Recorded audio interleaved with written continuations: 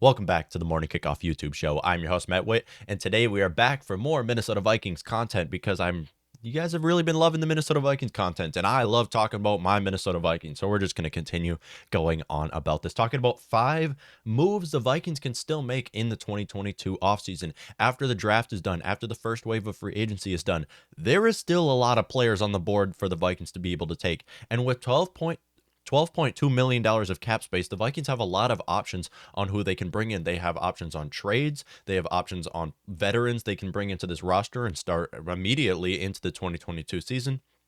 And they have options about players who can move to other positions. Starting it off with number 1, signing another veteran defensive tackle or defensive lineman at all. With right now, the Vikings obviously going into this next season, we have a hole on the defensive line, and we don't know who's going to be the third defensive lineman to start. And I've talked about this many times. You can make an argument for about 5 different players who can start alongside Harrison Phillips and Dalvin Tomlinson. I say bring in one of these veterans. As of right now, when you look at defensive line, it really shows you what a lot of teams are doing. Every team is trying to go younger. There are so many stud veteran defensive linemen that are right now available for the Vikings to take. Starting off with Akeem Hicks, who we've already talked about earlier in this offseason. And surprisingly, the Vikings didn't bring him in, and nobody has brought in Akeem Hicks yet due to his injuries, and he's pretty limited, let's be honest. But with that being said, Vikings can still bring in Akeem Hicks, start him likely at that 3-tech position. JPP is still on the board, as he is just about every year from the Buccaneers. Jerry Hughes was cut from Buffalo. We can bring him in. Ndamukong Suh still on the board from the Buccaneers as well. He's now going into 35. Ndamukong Suh has been in the league for a long time. We can bring him into this organization, bring him back to the NFC North, get a little bit of revenge at the Detroit Lions, as I'm sure he would love to be playing against that Detroit Lions team, although that offensive line is actually very scary for the Detroit Lions. Watch out for the Lions. If they can get themselves a real quarterback, that team is a serious threat. And I know it's the Lions, but at the end of the day, once they get a quarterback, watch out for the Lions. We also could talk about Jadeveon Clowney, another player who's been on the board and is on the board every year just due to his injuries. The guy plays about 3 games a season. So when I'm talking about signing a defensive lineman, I'm looking at an older guy who can help coach up one of these guys, or even if he's not going to coach up a next up defensive lineman for the Vikings, can still be that transitional guy, can still be that bridge defensive lineman onto whoever's going to be the future for this team. Vikings have so much depth at the defensive line right now where if someone suffers with an injury, we're totally fine. We can have one of these players step in. But as of right now, with a massive question mark at the Vikings third defensive line position, I would like to see the Vikings bring in a defensive lineman on a 1-year contract who can be a bridge player onto our next defensive lineman, whoever will be the starter for the future. Please, Kenny Willekes, I'm shooting for you, Kenny Willekes. He could honestly win the starting role next season. I love the guy, and I love what I've seen from him. I love what I've seen from Armon Watts as well. Next up, number 2, signing JC Tretter. How have the Vikings not signed JC Tretter yet? How do we have one of the best, if not the best center sitting for the taking right now, and the Vikings have not taken JC Tretter? This grinds my gears. As of right now, there's no question the Vikings are looking to moving on from Garrett Bradbury. We have not extended him or approved his 5th-year option. So there's no question that Garrett Bradbury is just going to be with the team for 1 more year. Why even have him for 1 more year? Why even have Garrett Bradbury in the starting role when you have a player like JC Tretter available for your taking, which you can afford? Bringing in JC Tretter on a 1, 2, 3-year contract would be great for this Vikings organization, because right now we have a massive question mark at the offensive line, which when you have a quarterback like Kirk Cousins, you don't want a question mark at the offensive line. You need the offensive line to be perfect for Kirk Cousins to be perfect. And for that reason, Vikings, focus on the offensive line. Focus on the trenches. Bring in JC Tretter. This is something I said immediately as he was released from the Browns, and I'm sure he's gotten a lot of offers, and I'm hoping he just can take the offer with the Minnesota Vikings, stay in the North. Come on, JC Tretter, please come to our organization. We can have Garrett Bradbury sit on the bench. We can have Bradbury play for the right guard position. I don't care. Just bring in JC Tretter. If not, Matt Paradas is also on the board.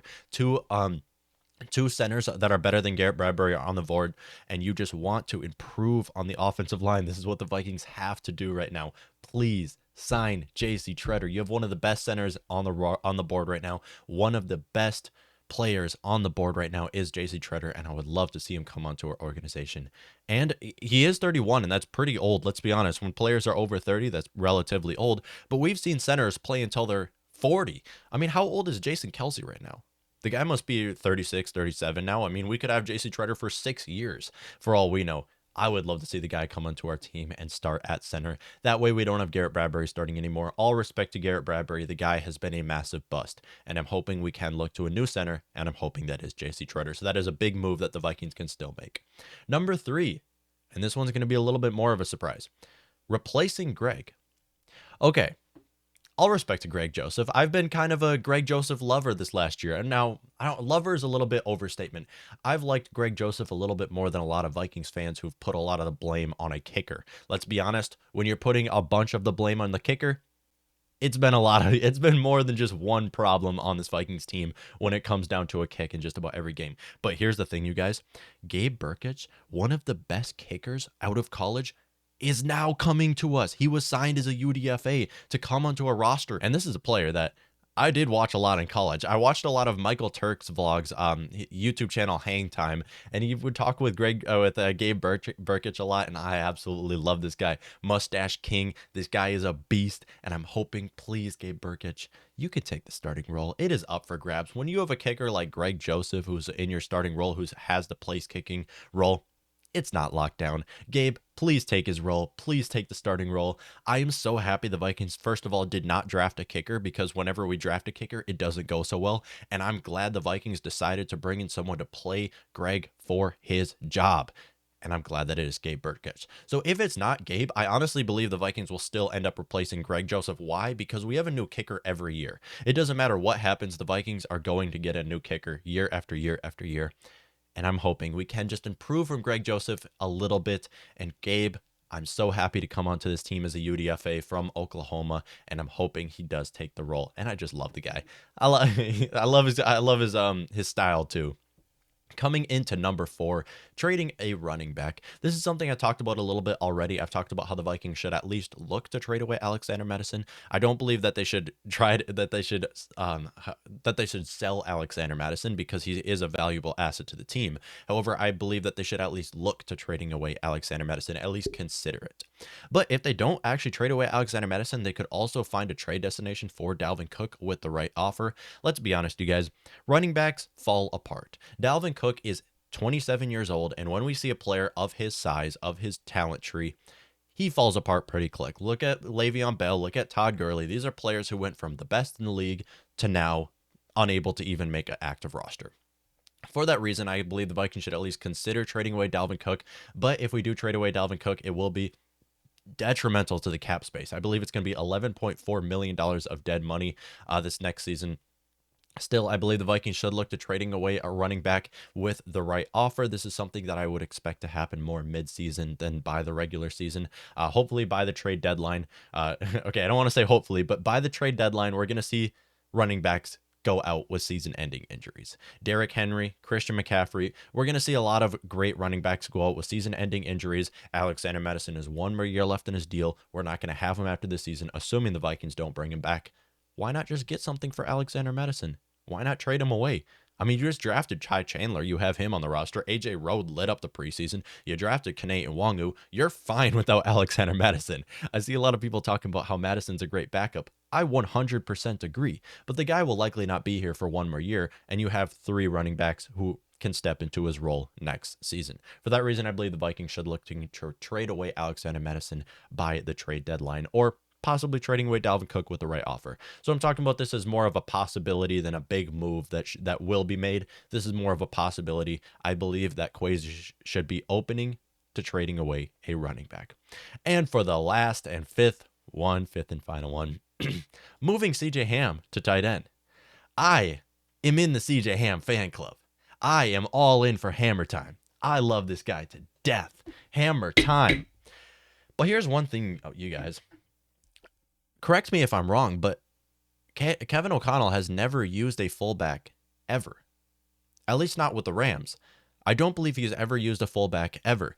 And with all things pointing to the Vikings still keeping CJ Ham, if not, he probably would have been cut by now. Let's be honest. If the Vikings didn't want to stick with the fullback, he would have been cut. Not only that, but we did bring back Jake Bargas to likely play for a practice squad role. So we brought back Jake Bargas, haven't cut CJ Ham.